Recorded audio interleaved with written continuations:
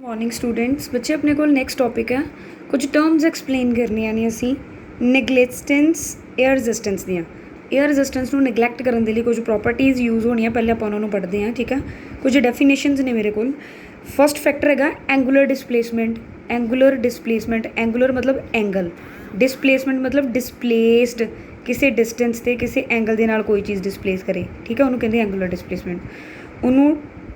Theta ਦੇ ਨਾਲ denote ਕੀਤਾ ਜਾਂਦਾ ਸੋ ਪਹਿਲਾਂ ਆਪਾਂ ਇਹਦੀ ਡੈਫੀਨੇਸ਼ਨ ਪੜ੍ਹਦੇ ਹਾਂ ਨੇ ਕਿਹਾ ਦੀ angle through which a position vector will sweep in a given time interval is called angular displacement ਉਹ ਵਾਲਾ ਐਂਗਲ ਜਿਹਦੇ ਵਿੱਚ ਪੋਜੀਸ਼ਨ ਵੈਕਟਰ ਜਿਹੜਾ ਵਾ ਥੋੜ੍ਹਾ ਜਿੰਨਾ ਡਿਸਟੈਂਸ ਕਵਰ ਕਰ ਜੇ ਕਿਸੇ ਪਰਟੀਕੂਲਰ ਟਾਈਮ ਦੇ ਵਿੱਚ ਉਹਨੂੰ ਕਹਿੰਦੇ ਐਂਗੂਲਰ ਡਿਸਪਲੇਸਮੈਂਟ ਠੀਕ ਹੈ ਜੀ ਆਪਾਂ ਡਾਇਗਰਾਮ ਤੋਂ ਸਮਝਣ ਦੀ ਕੋਸ਼ਿਸ਼ ਕਰਦੇ ਹਾਂ ਆਪਾਂ ਇੱਕ ਸਰਕਲ ਕੰਸੀਡਰ ਕਰਦੇ ਹਾਂ ਮੰਨ ਲਓ ਠੀਕ ਹੈ ਜੀ ਉਹਦੇ ਉੱਪਰ ਇੱਕ ਪਰਪੈਂਡੀਕੂਲਰ ਡਰਾ ਕਰਦੇ ਹਾਂ ਇਹ ਓਰੀਜਨ ਹੁੰਦਾ ਸੈਂਟਰ ਪੁਆਇੰਟ ਠੀਕ ਆ ਜਿਹੜਾ ਮੈਂ ਨੋਰਮਲ ਡਰਾ ਕੀਤਾ ਉੱਥੇ ਮੈਂ ਲਿਖਤਾ P ਓਬਜ਼ਰਵੇਸ਼ਨ ਪੁਆਇੰਟ ਦੋਨਾਂ ਦੇ ਵਿੱਚ ਡਿਸਟੈਂਸ ਮੇਰੇ ਕੋਲ R ਹੋਊਗਾ ਠੀਕ ਆ ਹੁਣ ਆਪਾਂ ਐਂਗੂਲਰ ਡਿਸਪਲੇਸਮੈਂਟ ਪੜ੍ਹਨੀ ਆ ਇਹਦਾ ਮਤਲਬ ਜੇ ਮੈਂ ਐਂਗੂਲਰ ਡਿਸਪਲੇਸਮੈਂਟ ਕੱਢਣਾ ਕਿਸੇ ਚੀਜ਼ ਨੇ ਥੋੜ੍ਹਾ ਜਿੰਨਾ ਡਿਸਟੈਂਸ ਕਵਰ ਕਰਨਾ ਇੱਕ ਪਰਟੀਕੂਲਰ ਐਂਗਲ ਬਣੂਗਾ ਵਿੱਚ ਠੀਕ ਆ ਕਿਸੇ ਟਾਈਮ 'ਤੇ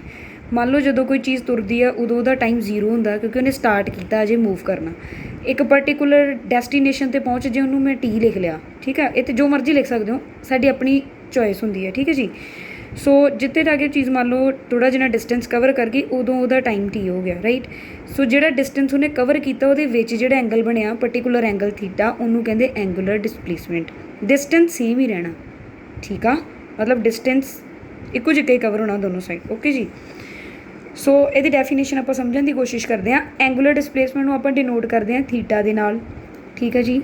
ਦੇਅਰਫੋਰ ਐਂਗੂਲਰ ਡਿਸਪਲੇਸਮੈਂਟ ਇੱਥੇ ਆਪਣੇ ਕੋਲ ਰਾਈਟ ਐਂਗਲ ਟ੍ਰਾਇੰਗਲ ਬਣਦੀ ਹੈ ਨਾ POQ ਜਾਂ ਫਿਰ QOP ਜਿਵੇਂ ਮਰਜ਼ੀ ਲਿਖ ਲਓ POQ ਕਾਹਦੇ ਇਕੁਅਲ ਹੋ ਜਾਏਗੀ ਥੀਟਾ ਦੇ ਕਿਉਂਕਿ ਥੀਟਾ ਐਂਗਲ ਬਣ ਰਿਹਾ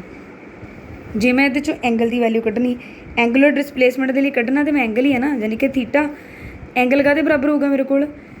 ਹੁਣ ਇੱਥੇ 2 R ਨੇ ਇਹ ਹੁੰਦਾ ਵਾ ਡਿਸਟੈਂਸ ਅਤੇ ਆਹ ਹੁੰਦਾ ਰੇਡੀਅਸ ਠੀਕ ਆ ਤਾਂ ਕਰਕੇ 2 R ਲਿਖੇ ਗਏ ਅਦਰਵਾਈਜ਼ ਇੱਥੇ ਕੋਈ ਹੋਰ ਫੈਕਟਰ ਹੋਣਾ ਸੀ ਸੋ ਅਗਰ ਮੈਂ ਥੀਟਾ ਕੱਢਣਾ ਹੈ ਉਹ ਕਾਹਦੇ ਬਰਾਬਰ ਹੋਊਗਾ ਮੇਰੇ ਕੋਲ ਜਿੰਨੀ ਲੈਂਥ ਆ ਔਰ ਜਿੰਨਾ ਰੇਡੀਅਸ ਆ ਕਾਹਦਾ ਸਰਕਲ ਦਾ ਲੈਂਥ ਕੀ ਆ ਆਹ ਵਾਲੀ ਜਿਹੜਾ ਡਿਸਟੈਂਸ ਰੇਡੀਅਸ ਕੀ ਆ ਆਹ ਵਾਲਾ ਪੂਰੇ ਸਰਕਲ ਦਾ ਉਹ ਵੀ R ਹੀ ਹੁੰਦਾ ਆਪਾਂ ਨੂੰ ਪਤਾ ਇਹਦਾ ਮਤਲਬ ਥੀਟਾ ਮੇਰੇ ਕੋਲ ਕਾਹਦੇ ਇਕੁਅਲ ਆ ਜਾਊਗਾ ਲੈਂਥ ਕਿੰਨੀ ਦਿੱਤੀ ਆ ਮੈਨੂੰ P ਐਂਡ Q ਠੀਕ ਆ ਆਹ ਵਾਲੀ ਚੀਜ਼ ਲੈਂਥ ਹੋ ਗਈ ਨਾ ਇਹਦੀ ਜਗ੍ਹਾ 'ਤੇ ਲੈਂਥ ਆਫ ਆਰਕ ਕੀ ਆ ਗਿਆ PQ ਰੇਡੀਅਸ ਕਿੰਨਾ ਮੇਰੇ ਕੋਲ R ਕੀ ਆ ਗਿਆ theta is equal to PQ over R ਇੱਕ ਚੀਜ਼ ਯਾਦ ਰੱਖਣੀ ਆ ਤੁਸੀਂ ਜਿਹੜੀ ਕਿ ਜਿਹੜੇ SI ਯੂਨਿਟਸ ਹੁੰਦੇ ਨੇ ਨਾ SI ਯੂਨਿਟਸ ਐਂਗੂਲਰ ਡਿਸਪਲੇਸਮੈਂਟ ਦੇ ਉਹ ਰੇਡੀਅਨ ਹੁੰਦੇ ਆ ਜਾਂ ਫਿਰ ਤੁਸੀਂ ਯਾਦ ਰੱਖਣਾ ਵੀ ਥੀਟਾ ਨੂੰ ਆਪਾਂ ਰੇਡੀਅਨ 'ਚ ਮੈਜ਼ਰ ਕਰਦੇ ਹਾਂ ਠੀਕ ਹੈ ਜੀ ਇੰਨੀ ਚੀਜ਼ ਯਾਦ ਰੱਖਣੀ ਹੈ ਦੂਸਰੀ ਚੀਜ਼ ਜਿਹੜੀ ਯਾਦ ਰੱਖਣੀ ਆ 2 ਪਾਈ ਰੇਡੀਅਨ ਹਮੇਸ਼ਾ 360 ਹੁੰਦਾ ਕਿਉਂਕਿ 1 ਪਾਈ ਰੇਡੀਅਨ ਔਰ ਪਾਈ ਇਜ਼ ਇਕੁਅਲ ਟੂ 180 ਡਿਗਰੀ 180 ਦੇ ਬਰਾਬਰ ਹੁੰਦੀ ਹੈ ਪਾਈ ਠੀਕ ਹੈ 2 ਪਾਈ ਹੋ ਗਿਆ ਫਿਰ 360 ਹੋ ਜਾਊਗਾ ਠੀਕ ਹੈ ਜੀ ਇਹ ਹੋ ਗਿਆ ਇੱਕ ਫੈਕਟਰ ਨੈਕਸਟ ਆਪਣੇ ਕੋਲ ਟਰਮ ਆ ਗਈ ਐਂਗੂਲਰ ਵੈਲੋਸਿਟੀ ਐਂਗੂਲਰ ਵੈਲੋਸਿਟੀ ਨੂੰ ਓਮੇਗਾ ਨਾਲ ਡਿਨੋਟ ਕਰਦੇ ਆ W ਨੂੰ ਫਿਜ਼ਿਕਸ 'ਚ ਓਮੇਗਾ ਬੋਲਿਆ ਜਾਂਦਾ ਠੀਕ ਆ ਓਮੇਗਾ OMEHGA ਓਮੇਗਾ ਠੀਕ ਹੈ ਜੀ ਓਮੇਗਾ ਦੇ ਪਹਿਲਾਂ ਮੈਂ ਐਕਸਪਲੇਨ ਕਰਦੀ ਹਾਂ ਹੁੰਦੀ ਕਿ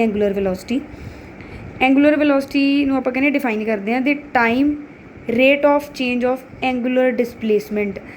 ਕਿੰਨੇ ਉਹ ਕਹਿੰਦੇ ਐਂਗੂਲਰ ਡਿਸਪਲੇਸਮੈਂਟ ਜਿੰਨੇ ਟਾਈਮ ਦੇ ਨਾਲ ਚੇਂਜ ਹੋ ਜੇ ਉਹਨੂੰ ਕੀ ਕਹਿੰਦੇ ਆ ਉਹਦੀ ਐਂਗੂਲਰ ਵੈਲੋਸਿਟੀ ਡਿਨੋਟ ਕਾਹਦੇ ਨਾਲ ਕੀਤੀ ਜਾਂਦੀ ਆ ਓਮੇਗਾ ਨਾਲ ਮੈਥਮੈਟੀਕਲ ਲਿਖਿਆ ਓਮੇਗਾ ਇਜ਼ ਇਕੁਅਲ ਟੂ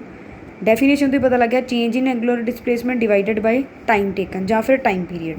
ਇਹ ਕਾਹਦੀ ਡੈਫੀਨੇਸ਼ਨ ਹੋ ਗਈ ਮੇਰੇ ਕੋਲ ਐਂਗੂਲਰ ਵੈਲੋਸਿਟੀ ਦੀ ਠੀਕ ਹੈ ਜੀ ਐਂਗੂਲਰ ਵੈਲੋਸਿਟੀ ਦੇ ਯੂਨਿਟਸ ਕੀ ਹੁੰਦੇ ਨੇ ਰੇਡੀਅਨ ਪਰ ਸੈਕਿੰਡ ਯੂਨਿਟ ਕਿੱਦਾਂ ਬਣੇ ਤੁਹਾਨੂੰ ਪਹਿਲੇ ਮੈਮ ਨੇ ਪੜ੍ਹਾਏ ਹੋਣਗੇ ਡਾਇਮੈਂਸ਼ਨ ਫਾਰਮੂਲੇ 'ਚ ਆਪਾਂ ਯੂਨਿਟ ਕਿਵੇਂ ਫਾਈਂਡ ਆਊਟ ਕਰਦੇ ਹਾਂ ਉੱਪਰ ਮੇਰੇ ਕੋਲ ਕਿਹੜੀ ਚੀਜ਼ ਆ ਰਹੀ ਹੈ ਐਂਗੂਲਰ ਡਿਸਪਲੇਸਮੈਂਟ ਨੂੰ ਕਾਹਦੇ ਨਾਲ ਡਿਨੋਟ ਕੀਤਾ ਜਾਂਦਾ ਰੇਡੀਅਨ ਨਾਲ ਥੱਲੇ ਕੀ ਆ ਟਾਈਮ ਕੱਚ ਹੁੰਦਾ ਸੈਕਿੰਡ ਦੇ ਵਿੱਚ SI ਦੀ ਗੱਲ ਕਰ ਰਹੀ ਹਾਂ ਸੈਕਿੰਡ ਦੇ ਵਿੱਚ ਹੋਊਗਾ ਨਾ ਦੈਟ ਮੀਨਸ ਇਹਦੇ ਯੂਨਿਟ ਕੀ ਬਣ ਗਏ ਰੇਡੀਅਨ ਡਿਵਾਈਡਡ ਬਾਈ ਸੈਕਿੰਡ ਤਾਂ ਕਰਕੇ ਮੈਂ ਲਿਖਿਆ ਰੇਡੀਅਨ ਪਰ ਸੈਕਿੰਡ ਠੀਕ ਹੈ ਜੀ ਐਂਗੂਲਰ ਵੈਲੋਸਿਟੀ ਦੇ ਯੂਨਿਟਸ ਇਹਦੀ ਡਾਇਮੈਂਸ਼ਨਸ ਫਾਈਂਡ ਆਊਟ ਨਹੀਂ ਕਰਨੀ ਹੈ just we talk about definition mathematical part and SI ਫਾਰਮੂਲੇ for these terms right so last ਇਸੇ ਦੇ ਵਿੱਚ ਇੱਕ ਲਾਸਟ ਟਰਮ ਆ ਜਾਣੀ ਆ ਪੁੱਤਰ ਟਾਈਮ ਪੀਰੀਅਡ ਨੂੰ ਆਪਾਂ ਕੈਪੀਟਲ T ਨਾਲ ਡਿਨੋਟ ਕਰਦੇ ਹਾਂ ਠੀਕ ਆ ਟਾਈਮ ਪੀਰੀਅਡ ਹੁੰਦਾ ਕੀ ਆ ਇੱਕ ਰੋਟੇਸ਼ਨ ਜਿੰਨੇ ਟਾਈਮ ਦੇ ਵਿੱਚ ਕੰਪਲੀਟ ਹੋ ਜਾਏ ਉਹਨੂੰ ਕਹਿੰਦੇ ਟਾਈਮ ਪੀਰੀਅਡ। ਇੱਕ ਰੋਟੇਸ਼ਨ ਮਤਲਬ ਇੱਕ ਸਰਕਲ, ਠੀਕ ਆ। ਡੈਫੀਨੇਸ਼ਨ ਦੇਖੋ, time taken by object to complete one rotation is called time period which is denoted by capital T. ਹੁਣ ਟਾਈਮ ਨੂੰ ਕੱਚ ਮੇਜਰ ਕਰੀਦਾ ਸੈਕਿੰਡ 'ਚ, ਐਸਾ ਯੂਨਿਟ ਕੀ ਹੋਏ ਫਿਰ ਸੈਕਿੰਡ ਨੂੰ ਆਪਾਂ ਸਮੋਲ ਐਸ ਵੀ ਲਿਖ ਲਈਦਾ, ਠੀਕ ਹੈ ਜੀ। ਨੈਕਸਟ ਟਰਮ ਜਿਹੜੀ ਮੈਂ ਯੂਜ਼ ਕਰਦੀ ਹਾਂ ਉਹ ਫਰੀਕੁਐਂਸੀ ਨੂੰ ਐਫ ਨਾਲ ਡਿਨੋਟ ਕਰਦੇ ਆ। ਅੱਛਾ ਜੀ, ਫਰੀਕੁਐਂਸੀ ਦਾ ਮਤਲਬ ਕੀ ਹੁੰਦਾ, ਜਿੰਨੀਆਂ ਨੰਬਰ ਆਫ ਰੋਟੇਸ਼ਨਸ ਇੱਕ ਸੈਕਿੰਡ ਦੇ ਵਿੱਚ ਕੰਪਲੀਟ ਹੋ ਜਾਣ ਉਹਨੂੰ ਕਹਿੰਦੇ ਫਰੀਕੁਐਂਸੀ ਕਿਸੇ ਚੀਜ਼ ਦੀ। ਜਿਵੇਂ ਮੰਨ ਲਓ ਇੱਕ ਸਾਈਕਲ ਆ, ਸਾਈਕਲ ਦਾ ਟਾਇਰ ਲੈਂਦੇ ਆਪਾਂ, ਉਹਦੀ ਫਰੀਕੁਐਂਸੀ ਕੱਢਣੀ ਹੈ, ਮਤਲਬ ਆਪਾਂ ਕਿ ਇੱਕ ਸੈਕਿੰਡ ਦੇ ਵਿੱਚ ਉਹ ਟਾਇਰ ਕਿੰਨੀ ਵਾਰੀ ਰੋਟੇਟ ਹੋ ਜਾਊਗਾ। ਜਾਂ ਫਿਰ ਜਿਵੇਂ ਕਲੋਕ ਹੁੰਦੀ ਹੈ ਨਾ, ਵਾਲ ਕਲੋਕ, ਕੋਈ ਵੀ ਕਲੋਕ ਕੋਈ ਵੀ ਕੰਸੀਡਰ ਕਰੋ ਕਲੋਕ, ਉਹਦੇ 'ਚ ਨੀਡਲਸ ਹੁੰਦੀਆਂ, ਸੈਕਿੰਡ ਹੋ ਗਈ, ਮਿੰਟ ਵਾਲੀ ਹੋ ਗਈ, ਠੀਕ ਹੈ। ਹੁਣ ਆਪਾਂ ਚੈੱਕ ਕਰਨਾ ਇੱਕ ਸੈਕਿੰਡ ਦੇ ਵਿੱਚ ਕਿੰਨੀ ਰੋਟੇਸ਼ਨ ਦੇ ਦੂਗੀ, ਠੀਕ ਹੈ, ਸੈਕਿੰਡ ਦੀ ਨੀਡਲ, ਰਾਈਟ। ਉਹ ਕੀ ਉਹਦੀ ਫਰੀਕੁਐਂਸੀ ਕਾਹਦੀ, ਕਲੋਕ ਦੀ। ਸੋ ਡੈਫੀਨੇਸ਼ਨ ਕੀ ਹੈਗੀ, the number of rotations completed by an object ਇਨ 1 ਸੈਕਿੰਡ ਇਜ਼ ਕਾਲਡ ਫਰੀਕੁਐਂਸੀ। ਕਿਸੇ ਵੀ ऑब्जेक्ट ਕਿਸੇ ਵੀ ਚੀਜ਼ ਵੱਲੋਂ ਇੱਕ ਸੈਕਿੰਡ ਦੇ ਅੰਦਰ ਜਿੰਨੀਆਂ ਰੋਟੇਸ਼ਨ ਕੰਪਲੀਟ ਕਰ ਦਿੱਤੀਆਂ ਜਾਣ ਉਹਨੂੰ ਕਹਿੰਦੇ ਫਰੀਕੁਐਂਸੀ, ਉਸ ऑब्जेक्ट ਦੀ। ਇਹਨੂੰ ਆਪਾਂ ਸਮੋਲ ਐਫ ਨਾਲ ਡਿਨੋਟ ਕਰਦੇ ਹਾਂ। ਹੁਣ ਫਰੀਕੁਐਂਸੀ ਦੇ ਯੂਨਿਟਸ ਹੁੰਦੇ ਆ ਹਰਟਸ ਨੂੰ ਲਿਖੀਦਾ ਵਾ ਐਚ ਕੈਪੀਟਲ, ਜੀ ਸਮੋਲ, ਜਾਂ ਫਿਰ ਤੁਸੀਂ ਪਰ ਸੈਕਿੰਡ ਵੀ ਲਿਖ ਸਕਦੇ ਹੋ।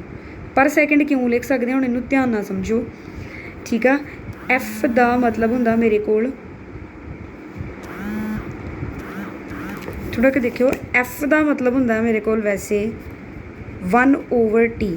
ਹੁਣ ਟੀ ਮੇਰੇ ਕੋਲ ਡਿਨੋਮੀਨੇਟਰ 'ਚ ਆ, ਜੇ ਮੈਂ ਇਹਦੇ ਯੂਨਿਟ ਲਿਖਾਂ ਉਹ ਕੀ ਆਊਗਾ 1/ਸੈਕਿੰਡ। ਅਤੇ ਇਹਨੂੰ ਕਿੱਦਾਂ ਲਿਖੀਦਾ ਜੇ ਆਪਾਂ ਡਾਇਮੈਂਸ਼ਨ ਫਾਰਮੂਲਾ ਲਿਖਣਾ ਹੋਵੇ, ਸੈਕਿੰਡ ਇਨਵਰਸ, ਠੀਕ ਹੈ। ਦੈਟਸ ਵਾਈ ਇੱਥੇ ਲਿਖਿਆ ਵਾ ਸੈਕਿੰਡ ਇਨਵਰਸ। ਹਰਟਜ਼ ਯੂਨਿਟ ਕਿਉਂ ਹੁੰਦੇ ਆ, ਇੱਕ ਸਾਇੰਟਿਸਟ ਆ ਜਿਹਨੇ ਕਨਸੈਪਟ ਦਿੱਤਾ ਸੀ ਫਰੀਕੁਐਂਸੀ ਬਾਰੇ, ਜਿਹਨੇ ਦੱਸਿਆ ਸੀਗਾ, ਉਹਦਾ ਨਾਮ ਹਰਟਜ਼ ਆ। ਦੈਟਸ ਵਾਈ ਉਹਦੇ ਨਾਮ ਨਾਲ ਹੀ ਉਹਦੇ ਯੂਨਿਟਸ ਜਿਹੜੇ ਨੇ ਉਹ ਜਾਣੇ ਜਾਂਦੇ ਨੇ, ਠੀਕ ਹੈ ਜੀ। ਜੇ ਆਪਾਂ ਡਾਇਮੈਂਸ਼ਨ ਫਾਰਮੂਲੇ ਦੀ ਗੱਲ ਕਰੀਏ ਫਰੀਕੁਐਂਸੀ ਦੀ, ਇਹਦਾ ਫਾਰਮੂਲਾ ਕਰਨਾ ਹੈ, ਇੰਪੋਰਟੈਂਟ ਹੈ। ਕਾਹਦੇ ਇਕੁਅਲ ਹੁੰਦਾ, number of rotations divided by time. Number of rotation ਮਤਲਬ ਇੱਕ ਸੈਕਿੰਡ ਦੇ ਵਿੱਚ ਕਿੰਨੀਆਂ ਰੋਟੇਸ਼ਨ ਕੰਪਲੀਟ ਕੀਤੀਆਂ ਟਾਈਮ ਦੀਆਂ। ਹੁਣ ਡਾਇਮੈਂਸ਼ਨ ਫਾਰਮੂਲਾ ਸਮਝੋ ਮਾੜਾ ਜਿਹਾ, ਮੈਂ ਇੱਥੇ ਸਮਝਾ ਦਿੰਦੀ ਹਾਂ। ਡਾਇਮੈਂਸ਼ਨ ਫਾਰਮੂਲੇ ਵਿੱਚ 3 ਫੈਕਟਰ ਹੁੰਦੇ ਆ, ਐਮ, ਐਲ ਅਤੇ ਟੀ, ਮਾਸ, ਲੈਂਥ ਅਤੇ ਟਾਈਮ। ਇਹਦੇ ਵਿੱਚ ਮਾਸ ਦੀ ਕੋਈ ਗੱਲ ਨਹੀਂ, ਠੀਕ ਆ, 0। ਲੈਂਥ ਦੀ ਕੋਈ ਗੱਲ ਨਹੀਂ ਕਿ ਕਿੰਨੇ ਸੈਂਟੀਮੀਟਰ ਜਾਂ ਮੀਟਰ, 0। ਕਾਹਦੀ ਗੱਲ ਹੋ ਰਹੀ ਹੈ, ਸਿਰਫ ਟਾਈਮ ਦੀ, ਉਹ ਵੀ ਕਿੱਥੇ ਆ, ਡਿਨੋਮੀਨੇਟਰ 'ਚ। ਦੈਟਸ ਵਾਈ ਇੱਥੇ ਕੀ ਆ ਗਿਆ, ਟੀ ਇਨਵਰਸ, ਠੀਕ ਹੈ ਜੀ। ਇਹ ਆਪਣੇ ਕੋਲ ਕਾਹਦੀ ਡੈਫੀਨੇਸ਼ਨ ਹੋ ਗਈ, ਫਰੀਕੁਐਂਸੀ ਦੀ। ਇਹਦੇ ਬਾਅਦ ਸਾਡੇ ਕੋਲ ਇੱਕ ਟਰਮ ਹੋਣੀ ਆ, relation between frequency and time period. ਆਪਾਂ ਰਿਲੇਸ਼ਨ ਦੇਣਾ ਫਰੀਕੁਐਂਸੀ ਦਾ ਅਤੇ ਟਾਈਮ ਪੀਰੀਅਡ ਦਾ। We know that frequency small F ਨਾਲ ਡਿਨੋਟ ਹੁੰਦੀ ਆ, ਇਸ ਦੀ number of rotations per second, and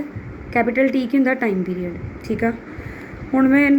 ਇਹਦਾ ਰਿਲੇਸ਼ਨ ਪ੍ਰੂਵ ਕਰਨਾ, ਉਹਦੇ ਲਈ ਆਪਾਂ ਕੰਸੀਡਰ ਕਰਨਾ ਬਿਕੋਜ਼ ਐਫ ਸਮੋਲ ਐਫ ਕੀ ਆ, ਰੋਟੇਸ਼ਨਸ ਜਿਹੜੀਆਂ ਕੰਪਲੀਟ ਹੋ ਗਈਆਂ 1 ਸੈਕਿੰਡ 'ਚ, ਉਹ ਕਾਹਦੇ ਬਰਾਬਰ ਹੋ ਗਈਆਂ, small F is equal to 1 second. That means 1 rotation is equal to 1/f into second. ਪਰ ਟਾਈਮ ਮੇਰੇ ਕੋਲ ਕਿੰਨਾ ਵਾ, ਇੱਕ ਰੋਟੇਸ਼ਨ ਦਾ, ਉਹ ਕੀ ਹੈ, ਕੈਪੀਟਲ ਟੀ, ਠੀਕ ਆ। ਟਾਈਮ ਇੱਥੇ ਸੈਕਿੰਡ ਦਾ ਮੈਨੂੰ ਦਿੱਤਾ ਨਾ, ਕੈਪੀਟਲ ਟੀ। ਇਹਦਾ ਮਤਲਬ reciprocal of frequency is equal to capital T. ਹੁਣ ਟੀ ਨੂੰ ਆਪਾਂ ਇੱਧਰ ਦੇਖੋ, ਇਹਨੂੰ ਦੋਵਾਂ ਨੂੰ ਮੈਂ ਇੰਟਰਚੇਂਜ ਕਰ ਸਕਦੀ ਹਾਂ, ਕੋਈ ਫਰਕ ਨਹੀਂ ਪੈਣਾ। ਜਾਂ ਫਿਰ ਤੁਸੀਂ ਕਹਿ ਸਕਦੇ ਹੋ ਬੱਚੇ ਇਹਨਾਂ ਦੋਵਾਂ ਨੂੰ ਇੰਟਰਚੇਂਜ ਕਰੀਏ ਤਾਂ ਕੋਈ ਫਰਕ ਨਹੀਂ ਪੈਂਦਾ। ਫਿਰ ਮੈਂ ਲਿਖ ਸਕਦੀ ਹਾਂ ਟੀ ਨੇ 1 ਨਾਲ ਮਲਟੀਪਲਾਈ ਹੋਣਾ ਹੀ, ਬੇਸਿਕਲੀ ਬਣੂਗਾ F is equal to 1/t। ਇਹ ਕੀ ਹੋ ਗਿਆ, ਰਿਲੇਸ਼ਨ ਕਾਹਦਾ, ਫਰੀਕੁਐਂਸੀ ਦਾ ਅਤੇ ਟਾਈਮ ਪੀਰੀਅਡ ਦਾ। ਜੇ ਤੁਹਾਨੂੰ ਕੋਈ ਪੁੱਛੇ ਅਸੀਂ ਆਨਸਰ ਦੇਣਾ ਹੁੰਦਾ, ਫਰੀਕੁਐਂਸੀ ਔਰ ਟਾਈਮ ਪੀਰੀਅਡ ਦਾ ਰਿਲੇਸ਼ਨ ਕੀ ਹੁੰਦਾ, ਫਰੀਕੁਐਂਸੀ ਹਮੇਸ਼ਾ ਰੈਸੀਪ੍ਰੋਕਲ ਹੁੰਦੀ ਹੈ ਕਾਹਦੇ, ਟਾਈਮ ਪੀਰੀਅਡ ਦੇ। ਰੈਸੀਪ੍ਰੋਕਲ ਦਾ ਮਤਲਬ ਸਮਝਦੇ ਨਾ, 1/ਸਮਥਿੰਗ, ਉਹਨੂੰ ਕਹਿੰਦੇ ਰੈਸੀਪ੍ਰੋਕਲ ਆਫ ਦੈਟ ਟਰਮ, ਠੀਕ ਹੈ। ਸੋ ਰਿਲੇਸ਼ਨ ਕੀ ਹੋ ਗਿਆ, F is equal to 1/t।